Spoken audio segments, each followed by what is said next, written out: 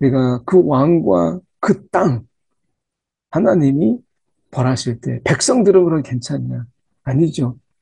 결국 나라와의 이 한 공동 운명체로서 왕과 땅과 그리고 백성이라고 하는 부분들이 처참하게 흩어지고 죽고 빼앗기는 것을 보게 돼요.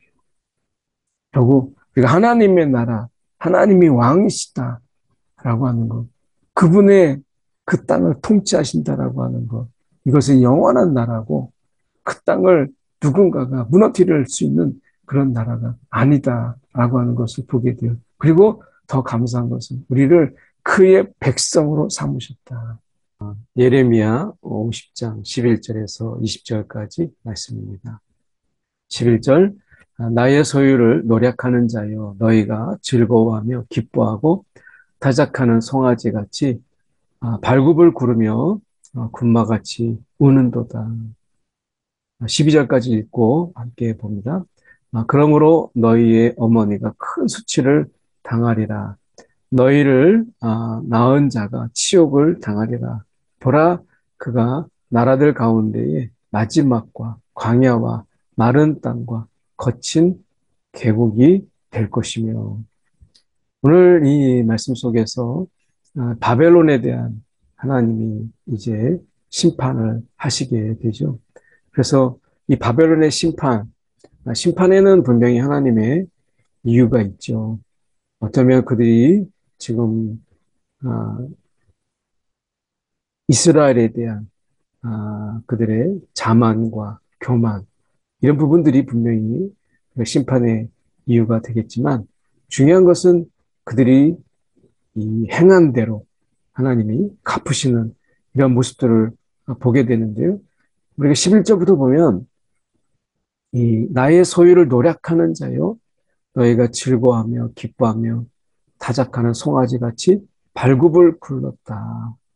그러니까 그들이 이 심판의 모습 속에서 하나님의 심판을 감당한다라고 하는 어떤 이 무거운 마음이 아니라 뭐 그들이 이 노력하고 그리고 빼앗고 이렇게 어떻게 보면 그들을 침략하는 가운데 즐거워하고 마치 기뻐하고 송아지처럼 발굽을 굴렀다. 그러니까 이 하나님은 이 심판 속에서 그게 이방인이라 할지라도 하나님은 슬피 우셨는데 하나님의 도구로 쓰임받은 이 바벨론이 그들이 칠 때에 이 즐거워하고 기뻐하고 타작하는 송아지같이 하는 이런 행동들이 옳으냐라고 하는 거예요. 이것은 그 안에서 어떻게 보면 하나님의 심판이라고 하는 이 무거운 마음과 하나님의 심판이라고 하는 부분 속에서 하나님을 의지하지 아니하고 그들이 즐거워하고 기뻐하는 이런 모습들, 이 속에서 분명히 조롱도 있고, 그리고 그 속에서 어떻게 보면 업신여김도 있는 거죠. 그래서 하나님께서 어머니가 큰 수치를 당하리라. 너희가 생각하는 어머니같이 그 비옥한 땅, 그 땅이 수치를 당하리라. 그래서 그의 나라를 가운데 마지막과 광야와 마른 땅과 거친 이런 계곡들, 이런 계곡들이 됨으로 인해서 이제 그들이 비옥하고 자랑할 만한 그런 땅들이 황무지가 되고 말 것이다 라고 하는 것을 보여주고 있어요.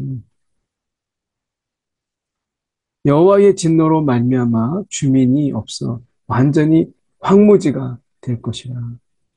바벨론을 지나가는 자마다 그 재난에 놀라며 탄식하리로다. 그 어떻게 된 일인가? 그 바벨론의 그 영광, 그 바벨론의 그 위엄은 어디로 갔는가? 전 세계를 호령하고 그 거침없이 이 정복하고 했던 그들이 왜 이렇게 되었는가?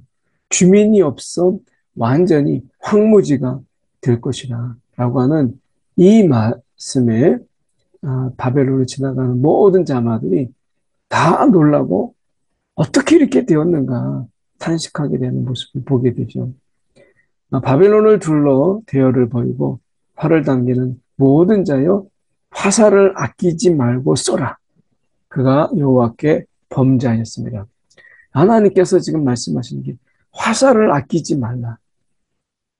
마음껏 그 바벨론에 대해서 공격하라라고 이야기하십니다. 그래서 뒤면 바벨론을 둘러서 이 대열을 벌이고 그리고 공격하고 있는 일종의 바사 왕국, 이것은 이제 페르시아죠. 이 바사 왕국을 향하여서 이 화를 아끼지 말라, 화살을 아끼지 말라, 그렇게 말씀하세요. 그러니까 거침없이 그들의 심판이라고 하는 이런 부분들 속에서 하나님의 그 심판, 하나님의 진노를 담고 너희가 그렇게 공격하라 라고 말씀하신 거죠. 바벨론이 이런 바사왕국의 어떤 거침없는 이 공격으로 인해서 바벨론이 수치를 당하게 하신다라고 말씀하세요. 하나님이 이 하나님 없는 영광을 가만두신 적이 없고요. 그리고 하나님 없는 이 자만, 이것에 대해서 하나님이 허용하신 적이 없어요. 그래서 반드시 하나님께서 그것을 무너뜨리고 하나님이 하나님 되심을 보이시는 이런 하나님이시죠. 하나님께서 어떻게 보면 이 하나님의 자리, 우리가 이 에덴 동산에서 선악을 알게 하는 나무의 열매 속에서 하나님이 분명히 말씀하셨죠. 우리가 이 하나님 같이 눈이 밝아지리라라고 하는 이 사단의 속삭임, 이 속삭임 속에서 그들이 선악을 알게 하는 나무의 열매를 먹어요. 하나님은 이것을 정확하게 보셨고 그들이 하나님같이 되려고 하는 이런 하나님의 자리를 찬탈하고 하나님의 자리를 넘보는 이런 인간의 교만, 어떻게 보면 하나님이 지음받은, 어떻게 보면 우리가 하나님의 지음받은 피조물이라고 하는 이런 부분을 자꾸 넘어서 하나님의 자리를 우리가 노리는 이런 자들, 하나님의 영광을 가로채는 이런 자들을 하나님께서 허용하신 적이 없어요. 그러니까 바벨론이 지금 자신들이 원하는 대로 생각했던 대로 다 차지하고 거두게 되다 보니까 그들이 하나님을 두려워하겠습니까? 결국 그들이 이것으로 인해서 하나님의 자리를 그들이 노력하고 결국에는 자신들의 힘이 최고다라고 하는 이런 부분을 가지게 되는 것을 보게 되죠.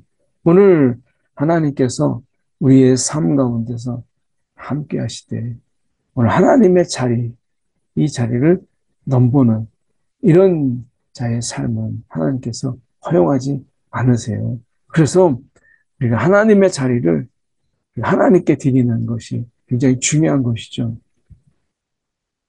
그 주위에서 구함을 지리로다. 그가 항복하였고 그 요새는 무너졌고 성벽은 허물어졌다. 항복과 그리고 요새 성벽은 허물어졌으니 그들을 지켜줄 것이 아무것도 없는 거죠. 여호와께서 그가 행한 대로 그에게 내리시는 보복이라. 그가 행한 대로 그에게 갚으시는도다. 결국 하나님의 심판에 이 하나님의 심판 속에서 그 심판의 기준은 항상 행한 대로 갚으리라. 하나님께서 이것은 바벨론뿐만 아니라 모든 하나님의 자녀도 마찬가지로 우리가 마지막 심판 때는 우리가 행한 대로 그대로 갚으시는 하나님. 우리가 행한 대로 믿음이 있노라 행하지 않았다면 그 믿음을 믿노라 했던 부분을 보는 게 아니라 그것으로 얼마나 행했는지 이 행했던 삶의 모습을 보는 거죠. 믿음이 있다고 하면서 믿음 없는 자의 삶, 이것을 만약에 살았다면 하나님께서는 그 행하시는 대로 갚으시는 하나님께서 믿는 자다라고 하는 그의 말에 하나님이 기준을 삼는 것이 아니라 행한 대로 그에게 갚으시리로다. 이것이 하나님의 심판의 기준이에요. 하나님의 심판의 기준. 그래서 우리가 이 땅에 살면서 우리가 믿습니다를 얼마나 외쳤느냐. 이게 중요한 게 아닌 거예요. 믿습니다를 얼마나 우리가 외치고 내 믿음을 자랑했느냐. 이게 중요한 게 아니라 하나님께서는 그 믿음이 우리를 행하게 하는 동력인데 믿음이 있음으로 인해서 우리를 행하게 하시는 그 일들이 어떤 일들이었느냐라고 하는 것을 하나님은 지켜보신다라고 하는 것이죠. 행하는 대로 그에게 내리시는 보복이라. 행하신 대로 하나님께서 갚으시는 이런 모습들을 보게 돼요. 우리가 행함이 없는 믿음은 죽은 믿음이다. 아무리 믿음을 우리가 자랑해도 그 행함이 없으면 그 행함으로 하나님께서 심판하시는 하나님의 것을 보게 돼요. 사실 우리가 복음 안에서 이 하나님의 말씀하시는 것은 우리를 통하여 성취되게 하시는 그 모습, 우리를 통해서 성취되는 모습을 기뻐하시는 그 하나님. 그래서 우리가 하나님의 도구가 돼서 성취하고 말씀하신 것을 행하고, 그래서 믿음은 우리가 굉장히 역동적으로 우리를 행하게 하는 것을 인도하시잖아요. 파종하는 자와 추수 때에 낫을 잡은 자를 바벨론에서 끊어버리리라. 사람들이 그 압박하는 칼을 두려워하여 자기 각기 동족에게로 돌아가며 고향으로 도망가리라. 그래서 이제 그 비옥한 땅에서 추수하고 파종하고 했던 모든 일들이 다 숲으로 돌아가요. 결국에 남는 것은 하나님이 압박하는 칼날 이것밖에 없어요. 결국 그들도 여전히 철저하게 무너지고 되면 하나님께서 그들을 재판하시는 것을, 심판하시는 것을 보게 되죠. 오늘 우리에게 이 하나님께서 파종하는 기쁨과 추수 때에 우리가 이 기쁨을 누리는 것, 이것이 당연한 것이 아니었다라고 하는 것입니다.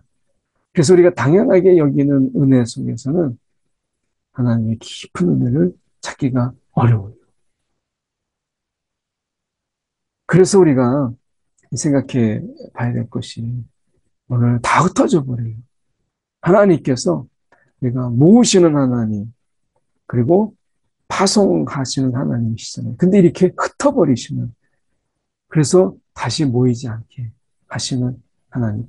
그리고 흩어지는 교회, 모이는 교회를 이야기할 때 흩어지는 교회, 하나님께서 우리 가운데 주신 사명을 가지고 각자의 자리에 가서 살아가는 것. 이거하고 여기에서 지금 하나님이 그 압박하는 칼을 두려워해서 흩어지는 거하고는 다르죠. 이스라엘은 흩어진 양이라 사자들이 그를 따르는도다.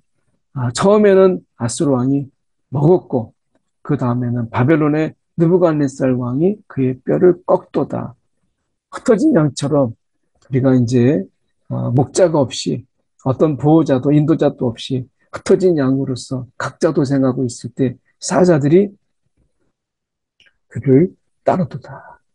그래서 아수르 왕이 먹었고 우리가 느부갓네살 우리가 왕이 그의 뼈를 꺾었도다. 북이스라엘은 철저하게 하나님이 아수르 왕과 느부갓네살에 의해서 하나님이 철저하게 이스라엘을 심판하시는 것을 보게 돼요. 하나님의 심판 속에서 우리가 유예나 하나님의 심판 속에서 우리를 그냥 넘어가는 부분이 없다. 오늘 하나님께서 오히려 철저하게 이스라엘을 하나님이 그렇게 하신 것은 정결 때문에 그래요. 이 정결케 함으로 인해서 하나님이 그들을 깨끗게 하시는 이런 부분을 보시는 거죠. 그러므로 만군의 여호와 이스라엘의 하나님이 이와 같이 말하는도다. 보라, 내가 아수르의 왕을 벌한 것 같이 바벨론의 왕과 그 땅을 벌하고. 그러니까 말씀하시는 것을 보면 하나님이 지금 이와 같이 말하노라. 보라, 내가 아수르 왕을 벌하신 하나님이 이미 보이셨어요. 이것을 이제 가지고 바벨론 왕과 그 땅을 벌하리라. 하나님이 내가 이런 모습들 속에서 그 나라를 잃은 그 백성들의 삶은 너무나 처참한 거예요. 그게 어느 나라이든 마찬가지예요. 그래서 어떻게 보면 내가 그 왕과 그 땅, 하나님이 벌하실 때 백성들은 그럼 괜찮냐? 아니죠. 결국 나라와의 이 한 공동 운명체로서 왕과 땅과 그리고 백성이라고 하는 부분들이 처참하게 흩어지고 죽고 빼앗기는 것을 보게 돼요. 결국 우리가 하나님의 나라, 하나님이 왕이시다라고 하는 것, 그분의 그 땅을 통치하신다라고 하는 것, 이것은 영원한 나라고 그 땅을 누군가가 무너뜨릴 수 있는 그런 나라가 아니다라고 하는 것을 보게 돼요. 그리고 더 감사한 것은 우리를 그의 백성으로 삼으셨다. 이게 너무 은혜인 거예요. 이스라엘을 다시 그의 목장으로 돌아가게 하리니 그가 갈멜과 바산에서 양을 기를 것이며 그의 마음이 에브라임과 길앗 산에서 만족하리라. 그러니까 지금 보시면 이스라엘을 다시 그의 목장으로 돌아오게 하시는 이가 하나님이시고 하나님께서 이 갈멜과 바산 이런 것들이 에브라임이 마찬가지로 그리고 북이스라엘의 지역이에요. 하나님께서 이런 자들을 다시 모으셔서 하나님이 친히 목자가 되셔서 그들을 하나님께서 기르신다. 하나님께서 친히 인간들의 그 나약한 왕들과 참혹한 왕들, 이런 왕을 대신해서 하나님이 진정한 왕이 되시고, 이제 길 잃은 양처럼 그랬던 그들에게 진정한 목자가 되심으로 인해서 하나님의 통치와 보호와 인도하심 속에서, 그래서 하나님은 양의 이런, 이 양을 이끄시는 목자, 그리고 하나님의 백성을 이끄시는 왕과 목자의 개념을 다 가지고 계시죠. 그래서 하나님께서는 이 통치뿐만 아니라 인도하시고 보호하시는 이거 같이 가지고 계시잖아요.